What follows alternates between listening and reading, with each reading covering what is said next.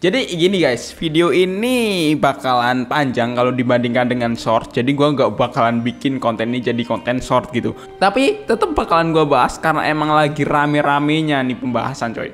Tentang apa sih bang? Jadi kalau kalian tahu di chapter 80 Boruto, setelah kejadian di chapter 79 yang menggemparkan dunia Boruto di mana Boruto diubah realitasnya oleh si Eida, ternyata di chapter 80 ini heboh juga. Diperlihatkan bahwa Sarada bisa mengaktifkan sebuah Mangekyo Sharingan. Yang jadi perdebatannya adalah kok bisa tanpa ada tumbal, tanpa merasakan kehilangan, tanpa merasakan Itamio. Mungkin itulah yang ada di pikiran kalian ketika melihat spoiler dari manga chapter 80. Nah, dengan mengaktifkan kekuatan Mangekyo ini, si pengguna dari Mangekyo bisa mengunlock jurus-jurus spesial seperti Tsukuyomi, Amaterasu, Kamui, dan juga Susanoo. Tergantung dari si pengguna. Setiap pengguna punya jurus ciri khas mereka.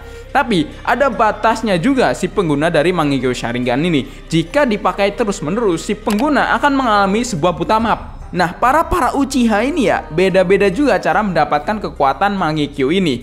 Mangekyo Itachi aktif ketika dia ini kehilangan sahabatnya yaitu si Shisui. Sasuke aktif setelah kematian Itachi. Obito aktif saat melihat si Rin tewas di tangan Kakashi. Ya wajar lah, Rin adalah wanita yang paling dicintai oleh Obito. Semua orang-orang Uchiha itu harus mengalami sebuah kehilangan orang yang paling berharga baginya untuk mengaktifkan Mangekyo Sharingan. Setidaknya itulah yang digambarkan cara untuk mendapatkan Mangekyo Sharingan yang ada di Naruto. Tapi kasus paling berbeda ada di Sarada, di mana Sarada bisa mengaktifkan Mangekyo tanpa merasakan sebuah kehilangan seseorang yang berharga. Alias dia bisa mengaktifkan Mangekyo Sharingan tanpa ada orang yang dia cintai itu mati. Loh, kok bisa bang? Nah ini nih, balik lagi ke apa? Genset. Ya, Genset coy. Sebenarnya gini, gue nggak bisa bahas panjang lebar karena ini masih spoiler komik ya. Ingat, spoiler komik.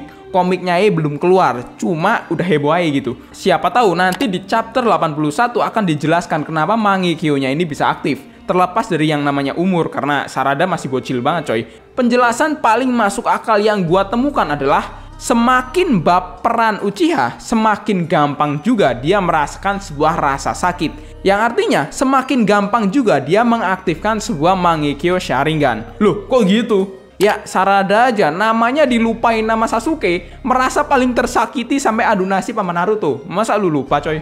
Karena memang dari Saradanya coy, yang hatinya merasa sangat hancur ketika mendengar bahwa Boruto ini difitnah membunuh Naruto. Dan sekarang Boruto diserang oleh teman-temannya. Lu lihat kan, di chapter 80, Sarada ini nangis di depan ayahnya dan memohon untuk ayahnya percaya dengan Sarada. Mungkin ada beberapa kalian yang mikir, kesimpulannya berarti Mangekyo Sharingan adalah rasa sedih, takut, dan emosi yang meluap, bukan butuh tumbal. Yang gua bingung adalah orang-orang yang bilang, itu udah dijelasin sama Hagoromo di batu klan Uchiha, kalau Mangekyo akan bangkit ketika rasa cinta yang dalam, cuma isi batunya udah diubah sama Zetsu Ireng. Menjadi Mangekyo akan bangkit ketika ada pengorbanan dan rasa benci. Tapi masalahnya Hagoromo sendiri melakukan sebuah tumbal untuk mengaktifkan sebuah Mangekyo Sharingannya. Masa Hagoromo bilangnya syaratnya adalah cinta, tapi dia sendiri pakai tumbal?